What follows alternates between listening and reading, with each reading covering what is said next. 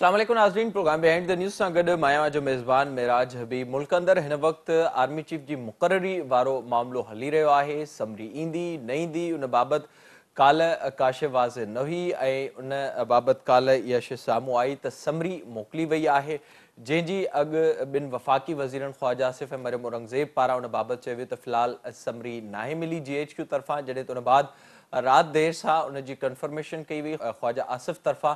उन बाद ही जेको सॼो मामिलो आहे उहो वज़ीर आज़म वटि पहुतो आहे। वज़ीर आज़म शहबाज शरीफ़ जी सदारत हेठि कुछ देर अॻु ई हुकूमती जेके इत्तेहादी जमातूं आहिनि उन्हनि जो इजलास थियो आहे, जंहिंमें वज़ीर आज़म शहबाज शरीफ़ खे हिन सॼे मामले जा इख़्तियार ॾिना विया आहिनि ऐं सुभाणे इहो इम्कानु आहे त काबीना जी मंज़ूरी खां पोइ ही समरी बाज़ाब्ता तौर ते सदर आरिफ अलवी वटि वेंदी।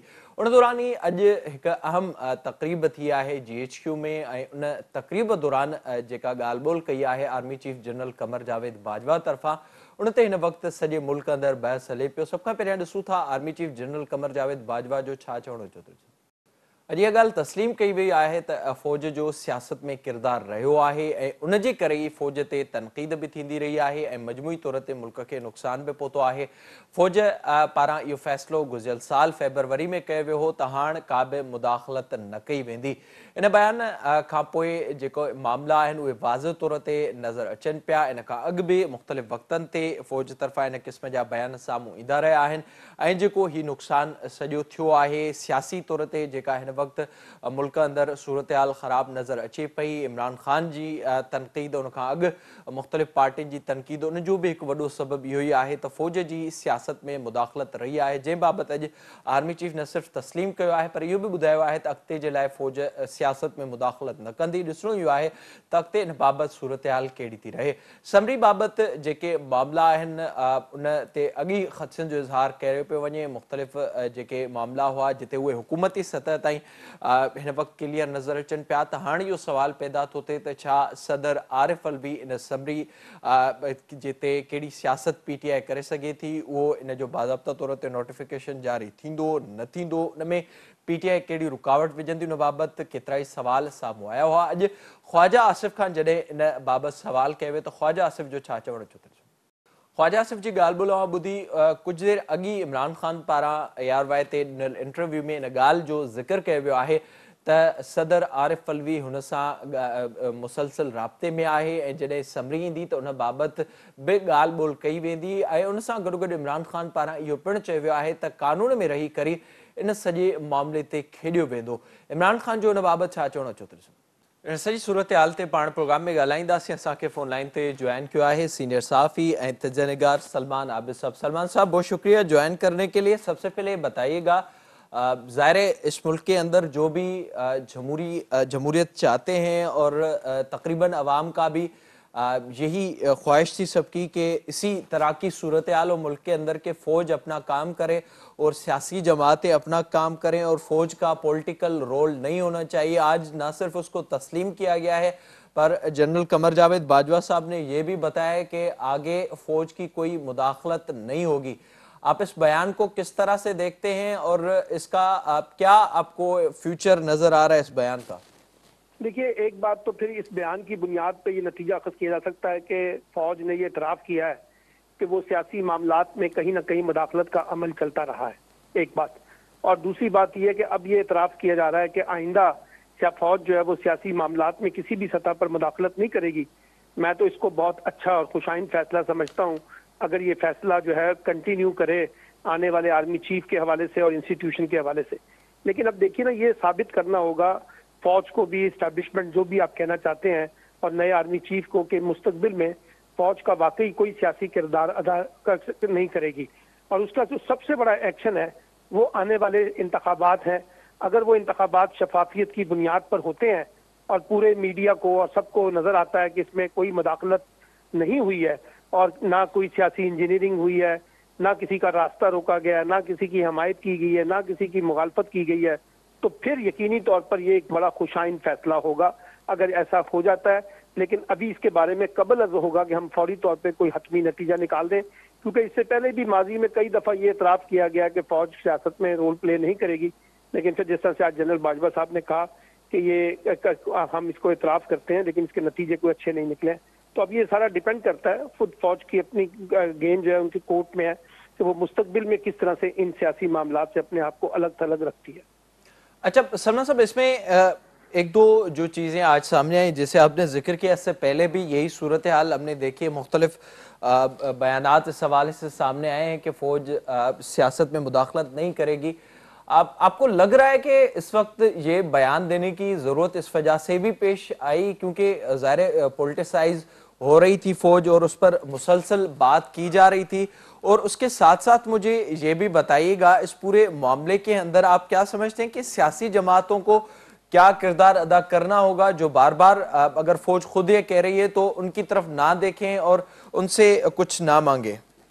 یہ بات بالکل بجا ہے اور جنرل قمر جاوید باجوہ نے بالکل درست نشاندہی کی ہے کہ اگر ہم اصلاح کر رہے ہیں اور ہم اپنی غلطیوں کا اعتراف کر رہے ہیں تو سیاسی جماعتیں بھی اپنی غلطیوں کے اعتراف بھی کریں اور اپنی اصلاح بھی کریں، اور بلا وجہ اسٹیبلشمنٹ کو انگیج کرنے کی بجائے، بلا وجہ اسٹیبلشمنٹ کی طرف دیکھنے کی بجائے اور اسٹیبلشمنٹ سے بار بار مطالبات کرنے کی بجائے کسی کی حمایت یا مخالفت میں، وہ بھی اس سے گریز کریں فیوچر کی پالیٹکس میں، اور سیاسی جماعتیں آپس میں بیٹھ کے اپنے سیاسی معاملات حل کریں۔ یہ سیاسی ڈیڈ لاک ہمیں اس وقت ملک میں نظر آ رہا ہے، اس کا تو بہترین حل یہی ہے نا کہ سیاسی جماعتیں آپس میں بیٹھ کے مفاہمت کریں، بات چیت کریں اور کوئی راستہ نکالیں۔ لیکن اگر حکومت نے بھی اسٹیبلشمنٹ کی طرف دیکھنا ہے اور عمران خان نے بھی اسٹیبلشمنٹ کی طرف دیکھنا ہے تو پھر مسئلہ تو حل نہیں ہوگا۔ اس لیے اب وقت آ گیا ہے کہ اگر فوج بھی جو ہے اپنی غلطیوں کا اعتراف کر کے اصلاح کی بات کر رہی ہے تو ہماری سیاسی قیادتیں بھی اپنی اپنی اصلاح بھی کریں، اپنی سیاسی جماعتوں کو آئینی، قانونی اور جمہوری بھی بنائیں، اور خود اپنے فیصلوں کے اندر اس طرح سے ایک رویہ پیدا کریں جہاں وہ سیاسی معاملات کو سیاسی بات چیت کے ذریعے حل کر سکیں۔ اب آخر میں سلمان صاحب یہ بھی بتائیے گا، یہ جو پورا معاملہ نظر آ رہا ہے، ظاہر کل سے ہم نے ایک سمری کا ایشو بھی دیکھا، اس سے پہلے یہ چل رہا تھا، اب جب وہ وزیر اعظم ہاؤس پہنچ چکی ہے تو صدر صاحب کے پاس جانی، اس حوالے سے خان صاحب نے بیان دیا ہے کہ وہ اس پر رابطے میں بھی ہیں صدر صاحب کے سے اور وہ اس سے مشاورت بھی کریں گے اس حوالے سے۔ تو آپ کو لگ رہا ہے کہ پی ٹی آئی اس طرف جا سکتی اس پورے معاملے کے اندر؟ نہیں، میرا خیال ہے کہ یہ ایمیکیبلی مسئلہ ریزالو ہو جائے گا آرمی چیف کا، اور سب فریقین کسی نہ کسی حوالے سے مطمئن بھی ہو جائیں گے، اور آپ دیکھیے گا کہ آرمی چیف کی تقرری کے بعد کوئی سیاست اس کے اوپر نہیں ہو سکے گی، کیونکہ جب تقرری ہو جائے گی تو اس کے بعد تو سیاست ہونی بھی نہیں چاہیے، اور یہ پرائم منسٹر کا ثوابدیدی اختیار ہے۔ اب صرف دیکھنا یہ ہے کہ پرائم منسٹر کیا ثوابدیدی اختیار استعمال کرتے ہیں۔ وہ اپنی اتحادی جماعتوں سے بھی مشاورت کر رہے ہیں، کل زرداری صاحب سے بھی ان کی ملاقات ہوئی ہے پرائم منسٹر کی، آج چودھری شجاعت حسین سے بھی ملے ہیں، پھر زرداری صاحب چودھری شجاعت سے ملے ہیں، تو جو مشاورت ہو رہی ہے اس کے بعد مجھے لگتا یہی ہے کہ ایسا ہی فیصلہ آئے گا جو بلا وجہ کسی قسم کا ٹکراؤ نہیں پیدا کرے گا۔ اور صدر صاحب کے پاس بھی دیکھیے نا ایک سیریمونیل حیثیت ہوتی ہے کہ وہ سائن تو کرنا ان کے پاس اختیار ہے، لیکن اس کو کون کتنا لمبا روک سکتے ہیں۔ سو مجھے نہیں لگ رہا کہ ہم کوئی عمران خان بھی اس طرح کی مہم جوئی کریں، اور آج بھی انہوں نے اپنے انٹرویو میں کہا ہے کہ آرمی چیف جس کو بھی لگانا چاہتے ہیں وہ لگا دیں، بس میرا تو موقف تھا کہ میرٹ پہ آئے۔ اب دیکھنا ہوگا کہ حکومت سینیورٹی کی لسٹ کو کس حد تک مینٹین کرتی ہے، لیکن اس کے باوجود یہ جتنے 6 کے 6 نام آئے ہیں سب اہم ہیں اور سب پروفیشنل لوگ ہیں، ان میں سے کسی کو بھی پرائم منسٹر لگا سکتے ہیں، ان کا ثوابدیدی اختیار ہے۔ بہت شکریہ سلمان عابد صاحب پروگرام میں وقت دینے کے لیے۔ پانے نئی معاملے تے گلائندہ سی تے وقت بریک جو سا سگر جو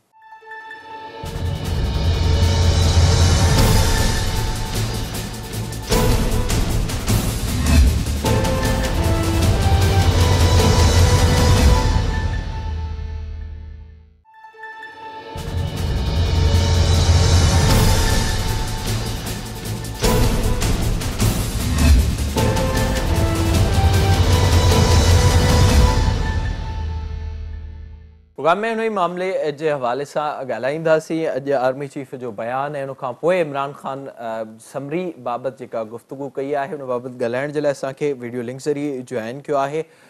نامیرا تجزیہ نگار ہیں محترم جناب اختر علی شاہ صاحب اساسا گڈ فون لائن تے موجود ہیں، سینئر صحافی تجزیہ نگار جاوید لانگا صاحب عوام بینی جی ویڈی مہربانی جوائن کرن جلائے۔ شاہ صاحب میں آپ سے شروعات کروں گا، آج جو باجوہ صاحب نے بات کی ہے فوج کی مداخلت کی وجہ سے تنقید ہو رہی ہے، 70 سال سے اعتراف بھی کیا گیا ہے اور یہ بھی کہا گیا ہے کہ گزشتہ سال فروری سے یہ فیصلہ کیا گیا کہ فوج اب کوئی بھی مداخلت نہیں کرے گی، تو مجموعی طور پر اس بیان کو آپ باجوہ صاحب کے کس طرح سے دیکھتے ہیں، اور آرمی چیف کا یہ بیان کیا آپ کو نظر آ رہا ہے کہ آنے والے دنوں میں بھی یہی صورتحال ہوگی، یا پھر اس وقت کیونکہ تنقید بہت زیادہ ہو رہی ہے اور اس طرح کی صورتحال بن چکی ہے، تو یہ وقتی بیان ہی ثابت ہوگا؟ جیسے آپ نے کہا کہ انہوں نے خود اس حقیقت کو تسلیم کیا اور واقعتاً بھی تاریخ اس بات کی گواہ ہے. اس میں بہت لکھا جا چکا ہے، بہت کتابیں ہیں، اور خود اس کا آغاز general field marshal Ayub Khan صاحب کی کتاب فرینڈس ناٹ ماسٹرز، وہ بھی اس بات کی گواہ ہے. پالیٹکس ان پاکستان ہے، political development, enigma of political development لائر زائرنگ، اور اس طرح سے شجاع صاحب کی پاکستان. آپ دیکھیں جب تاریخ میں نظر دوڑاتے ہیں تو سن 47 سے لے کر 56 اور 58 تک پاکستان میں 7 پرائم منسٹر چینج ہوئے، تبدیل ہوئے، جبکہ آرمی چیف ایک ہی رہا. وہ وردی پہنے ہوئے بھی ڈیفنس منسٹر تھا. اور پھر ماشاء اللہ لگا، یہ تو حقیقت ہے، اس کو تو کوئی جھٹلا نہیں سکتا. 10 سال تک وہ سیاہ و سفید کے مالک رہے. پھر اس کے بعد پھر دوبارہ ماشاء اللہ لگا جنرل یحییٰ صاحب وہ چیف آرمی ایڈمنسٹریٹر ہوئے. پھر اس کے بعد انتخابات ہوئے اور انتخابات کے نتائج کو تسلیم نہیں کیا گیا، اور پھر اس کے بعد آپ نے دیکھا کہ ایسٹ پاکستان بنگلہ دیش بن گیا. اس کے بعد شہید ذوالفقار علی بھٹو نے اقتدار سنبھالا، اور کچھ اور وقت تک چونکہ پاکستان کا آدھا حصہ کٹ چکا تھا اور کافی تعداد میں افواج پاکستان کے لوگ قیدی ہو گئے، تو اس وقت تک بھٹو صاحب سیاسی اقتدار پورے ان کے پاس تھا. لیکن پھر آپ نے دیکھا کہ بعد میں ضیاء الحق صاحب نے مارشل لا لگا دیا اور اپنے موسم کی انہوں نے پھانسی پہ چڑھا دیا. اس کے بعد پھر آپ نے جنرل مشرف صاحب کا دیکھا، اور پھر بی بی شہید وہ بھی اپنی کتاب پہ اور بیانوں میں یہی ذکر کرتی رہی کہ وہ مداخلت رہی. نواز شریف صاحب بھی یہی بات کرتے رہے، اور اس کے بعد عمران خان صاحب بھی یہی کہتے رہے. تو اگر دیر آیت درست آیت، اگر واقعی، لیکن وہ انگریزی میں کہتے ہیں کہ action specs louder than words. وہ ابھی وہ کہتے ہیں کہ یہ آرزو بھی بڑی چیز ہے مگر ہمدم وصال یار فقط آرزو کی بات نہیں، اس کے لیے جد و جہد کرنی پڑتی ہے. اور جب آپ کی ایک نفسیات بن جاتی ہے، لوگوں کی نفسیات بن گئی ہے، سیاسی ان کے ذہن میں یہ بات بیٹھ چکی ہے کہ ان کے بغیر کوئی سیاسی جماعت چل نہیں سکتی، کوئی الیکشن کوئی جیت نہیں سکتا. تو پہلے تو یہ بھی لازم ہے کہ جہاں پر جو سیاسی قوتیں ہیں وہ اپنے ذہن سے ان چیزوں کو اتار دیں، وہ اپنے اوپر اعتماد کرنا سیکھے، وہ بیساکھیوں کے سہارے چلنا نہ سیکھے، بلکہ بیساکھیوں کو وہ گرا دیں، وہ عوامی طاقت کی. ظاہر ہے. جاوید صاحب اواں بدائے جو شاہ صاحب آپ کی بات سامنے آ گئی. جاوید صاحب اواں بدائے جو جکا ہی اج صورتحال اساں ڈٹھی ہے، جنرل قمر جاوید باجوہ صاحب جو آخری ڈی यो तस्लीम करण 70 सालन खां फ़ौज जी मुदाख़लत रही आहे. गुज़िरियल साल फेबरवरी में इहो फ़ौज पारां फ़ैसिलो कयो वियो त हाणे सियासत में का बि मुदाख़लत न कई वेंदी. हिकु त इन बयान ते अवां जो छा तजियो आहे, छा इहो वक़्ती तौरु हिन वक़्तु फ़ौज जी ज़रूरत आहे, या अव्हांखे लॻे पियो एज़ ए इंस्टीट्यूशन इहा हाणे असांखे स्ट्रेटेजिक पॉलिसी नज़र ईंदी ईंदड़ ॾींहंनि में त हाणे फ़ौज जो रोल महदूद हूंदो ऐं इन ते सियासी जमातुनि खे कीअं रिस्पॉन्ड करणु घुरिजे? जावेद साहब जी, चीफ ऑफ आर्मी स्टाफ जी जेका आख़िरी पब्लिक एड्रेस आहे उन में जेके उन ॻाल्हियूं कयूं आहिनि उन जी तमामु घणी अहमियत इन हवाले सां आहे त मुल्क जी तारीख़ में जीअं डॉक्टर साहब हिकिड़ी हिस्ट्री ॿुधाई त इन में त को शक कोन्हे त तमामु घणी फ़ौज जी मुदाख़लत मुख़्तलिफ़ हवालनि सां थींदी रही आहे ऐं इलेक्टेड गवर्नमेंट्स खे घरो माण्हुनि खां वठी ऐं जेका इनडायरेक्ट मुदाख़लत आहे ऐं हर क़िस्म जी जेका रही आहे इंजीनियरिंग रही आहे आख़िर ताईं इमरान खान जो प्रोजेक्ट 10 इयर्स वारो राजेक इमरान खान उनजी लॉन्चिंग ताईं उन्हनि जी तमामु भरपूर मुदाख़लत रही आहे, पर उहा एॾी अपरेंट ऐं ऑब्वियस रही आहे तो हाणे त उन ते जेका उहा शक जी गुंजाइश बि न रही। कंहिं ज़माने में पर्दा हूंदा इन्हनि ते। मुंहिंजे ख़्याल में आर्मी चीफ जो जेको सिटिंग आर्मी चीफ तरफ़ां इहो चवणु त 70 साल जेका सियासी मुदाख़लत थींदी रही आहे उहा अनकॉन्स्टिट्यूशनल आहे या गैर आइनी रही आहे, इन जो वॾो वज़न आहे मुंहिंजी नज़र में।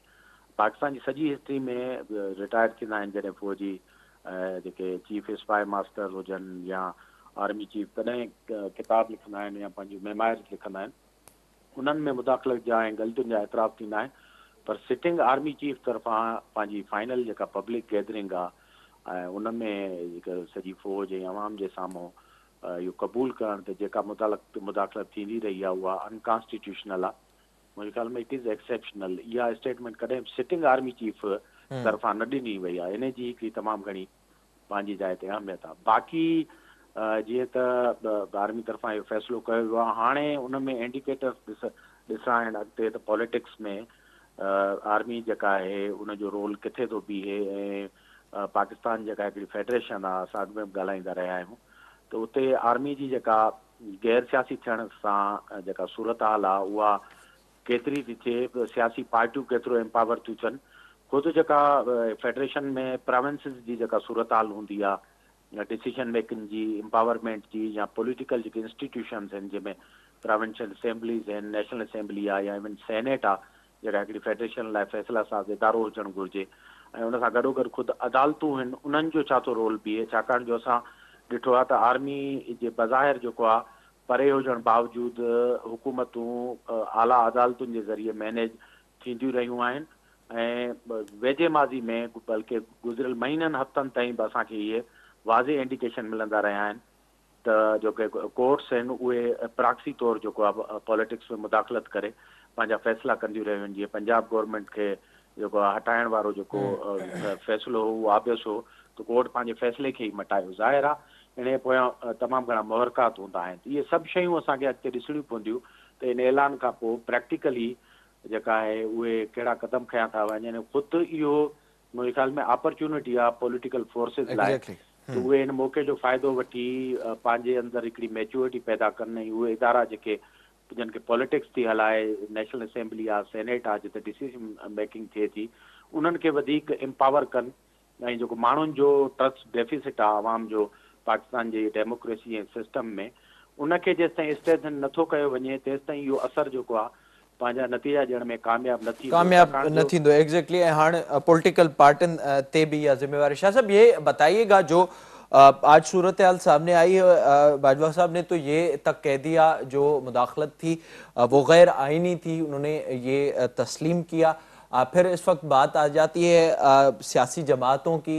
ज़ाहिर एक जो प्रोजेक्ट हमने देखा था खान साहब के हवाले से, वो तो इतने आदी हो चुके हैं कि वो अब डायरेक्टली मुतालबा भी फौज से ही करते हैं, और बहुत दफ़ा उन्होंने ये बात की, चाहे वो इलेक्शंस का मामला हो या फिर उसके अलावा मामला। तो रिसेंट जो उनका बयान है, अगर इस्टेब्लिशमेंट की मुदाखलत नहीं थी तो वो रोक तो सकते थे। तो क्या आप समझते हैं ये जो आदत हो चुकी है सियासी जमातों को, और साथ ही जावेद साहब ने जो नुक्ता उठाया अदालतों के हवाले से, उस पर भी हमने बहुत सी चीज़ें देखी हैं, चाहे वो जस्टिस काजी फायज ईसा साहब के हवाले से हो या फिर जो मुख्तलिफ फैसले हैं जिन पर तजादात सामने आते हैं, तो वहाँ तक भी अब मैच्योरिटी का इजहार किया जाएगा। और आपको लग रहा है कि ये बयान आने के बाद अब कम से कम एक सूरत हाल, एक रोड मैप तो बन चुका है, या फिर ये सिर्फ मामला बयान की हद तक ही है? ये तो अभी जाते हुए फेयरवेल एड्रेस था, और एक रिटायर होने वाले आर्मी चीफ सपा सालार ने ये बातें की। यह बड़ा मुनस्सिर होगा कि नए आर्मी चीफ आकर वो क्या पॉलिसी देते हैं। और 1973 का उसी आइन के तहत रूल्स ऑफ बिजनेस बने हुए या आपने हुकूमत कैसी चलानी है। अगर उन रूल्स ऑफ बिजनेस के मुताबिक चीजें चलेंगी तो तब हम सही डगर पे जाएंगे। इस हवाले से मिनिस्ट्री ऑफ डिफेंस है, डिफेंस मिनिस्टर है। अगर पॉलिसी बयानात जहां पर कि खासकर जब सियासी उसकी डायमेंशन हो तो वो मिनिस्टर फॉर डिफेंस का फिर काम है कि वो बयान दे। वो फिर जो वहां पर ये एहतियात बरतनी चाहिए कोई ऐसे बयान न दे जो कि कोई नेशनल पॉलिसी के ज़मरे में आए, कोई खारजा पॉलिसी के ज़मरे में आए, सियासी पॉलिसी के ज़मरे में आए, कोई माशी पॉलिसी के ज़मरे में आए। जो हुकूमत वक्त उनके जो वज़रा है रूल्स ऑफ बिजनेस के मुताबिक जिसकी जिम्मेवारी है इस किस्म के बयानात पर बहुत है, तो तब हम ये कहेंगे कि वाकई और सिर्फ जो इनकी पेशावराना जिम्मेवारियां हैं उस हद तक महदूद हो। अगर उनके बयानात आ रहे हैं टीवी पे आए, अखबार में आए, तो वो उनकी जो पेशावराना ड्रिल्स है उनके मतलब हो। तो बात ये लोग ये यकीन कि वाकई कोई तब्दीली आ गई है। जो पुराना डगर था इनडायरेक्टली ज़ाहिर है बिल्कुल जी जो सूरत हाल इसी तरह से ही वाज़े होगी। जावेद साहब अवां ॿुधाए जो ज़ाहिरा जेका ही सॼी सूरत हाल नज़र अचे पई इमरान खान जो जीअं मां ज़िक्र कयो या मजमूई तौर ते सियासी पार्टियूं उहे बि एतिरियूं आदी थियल आहिनि। PTI जो हिकु वाज़े तौर ते मिसाल मौजूदु आहे, अदालतुनि जो अवां ज़िक्र कयो उन समेत जेको असांखे नज़र अचे थो मुल्क जूं मुख़्तलिफ़ जयुनि ते जेके गिरफ़ आहे ऐं उहो सालनि खां हिकु सिलसिलो हलंदे नज़र अचे थो ऐं ज़ाहिर उन मां फ़ाइदा बि हासिलु थियनि था, उन ते तनक़ीद बि थिए थी ऐं हाणे मुख़्तलिफ़ जेके हल्का हुआ इवन अहिड़ा माण्हू जेके पाण तयारु कया विया हुआ उहे बि हिन भेरे हिन तजुर्बे खां पोइ मुख़ालिफ़ थी बीठा। मूंखे लॻे पियो त वाक़ई एॾो आसान आहे ऐं सियासी पार्टियूं उन ते मेच्योरिटी जो इज़हार कंदियूं त हाणे जॾहिं इंस्टीट्यूशन तरफ़ां इहा शइ वाज़े थी चुकी आहे त हाणे हू पंहिंजो कमु कनि ऐं वाक़ई जेके हुननि जा मामला आहिनि सियासी तौर ते उहे सियासतदान पाण ॾिसनि। ॾिसो ॿ टे जेके ॻाल्हियूं थियूं आहिनि उहे अनयूजुअल आहिनि।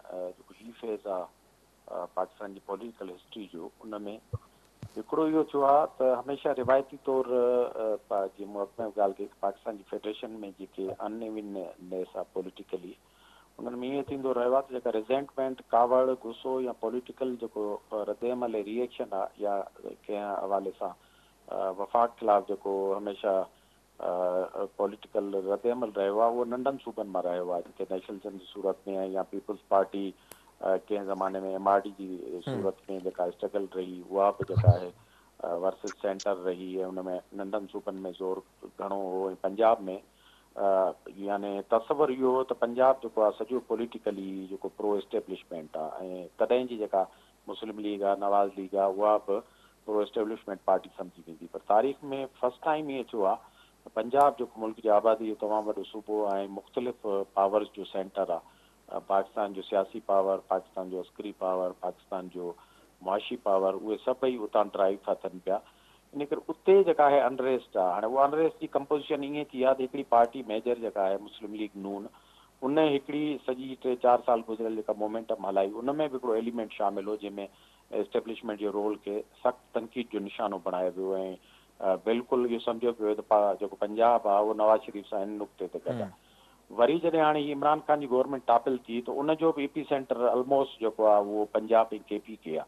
त उते वरी बि जेका रिज़ेंटमेंट आहे उहा हींअर ज़ाहिर आहे उनजो जेको आहे डायरेक्शन उहो थोरो बिटरनेस आहे उन में ऐं सोशल मीडिया ते जेका तनक़ीद थिए थी उनखे के सरहदूं कोन्हनि के ऐं तमामु घणी जेका आहे सा ब्लंट क़िस्म जी जेका तनक़ीद थी आहे उहा बि उन टेरिटरी में थी आहे जितां रिवायती तौर असांजी फ़ौज जेका आहे उहा सपोर्ट ड्राइव कंदी। त माना हिकिड़ी अनयूजुअल सिचुएशन आहे। ॿी पाकिस्तान जी जेका माशी सूरत हाल आहे जेका मार्शलनि लाइ मुदाख़लतुनि लाइ जेका इंसाइट कंदी हमेशह उहा न रही आहे। पाकिस्तान माशी तौर तमामु घणो अबरो थी चुको आहे। इंटरनेशनल जेके हुनजा एलाइज़ हुआ जेके मार्शल या अहिड़े क़िस्म जी रिजीम्स खे सपोर्ट कंदा हुआ उहे बि हींअर मुंहिंजे ख़्याल में इन मूड में न आहिनि त पाकिस्तान खे वधीक हलाए सघनि। ॿियो अफ़गानिस्तान तमामु वॾो प्रीटेक्स्ट हो, वार थिएटर जिते सजायल हो ऐं हर क़िस्म जा तज़ाद हुआ। त पाकिस्तान खे हिकिड़ी स्पेस मिलंदी रही ज़ियाउल हक़ जी मार्शल खां वठी मुशर्रफ जी मार्शल ताईं अफगानिस्तान ते हू खेॾी सघनि, पर अफगानिस्तान जो चैप्टर त ऑलमोस्ट जेको आहे उहो असांखे वाइंड अप थींदे नज़र अचे पियो। इंटरनेशनल फोर्सिस डायरेक्ट उते ॻाल्हाइनि था। त पाकिस्तान में स्पेस तमामु घटि बचियो आहे अहिड़े क़िस्म जी मुदाख़लत लाइ जंहिंमें डेमोक्रेसी खे वधीक जेको आहे डीरेल करे, कमज़ोर करे, क्रिपल करे जेको आहे उहो हलाइजे, एस्टेब्लिशमेंट जो तमामु घणो अपर हैंड हुजे, छाकाणि जो इन सां हाणे पाकिस्तान जो जेको माशी मसइलो आहे उहो सर्व नथो थिए। हाणे सिर्फ़ु रस्तो ई इहो बचे थो त पाकिस्तान खे माशी तौर ट्रैक ते आणण लाइ बज़ाहिर जेका आहे सिविलियन लीडरशिप हुजे, एम्पावर हुजे, दुनिया सां ॻाल्हाए। ज़ाहिर आहे मिलिट्री जेका आहे उहा ईअं जेका 70 सालनि जो पावर आहे या हिकु सिक्योरिटी स्टेट आहे उहा ईअं जेका आहे ओवरनाइट त कोन जेका कमज़ोर थींदी, पंहिंजा अख़्तियार थींदी। पर मां सम्झां थो जेकॾहिं सेनेटी जो प्रिवेल करे वई आहे त ग्रेजुअल जेका इहा एडवांसमेंट थींदी। इन में सियासी पार्टियुनि जी जेका विज़डम आहे तमामु घणी मैटर थी करे। पीटीआई में फ़िलहाल जेका उहा विज़डम नथी लॻे, छाकाणि त उन्हनि त फ़ौज ते आसरो रखी छॾियो त इलेक्शन खां वठी इक़्तिदार उहे ई वठी ॾींदा। पर नई सूरत हाल मुंहिंजे ख़्याल में उन्हनि लाइ चैलेंजिंग ऐं इम्तिहान आहे।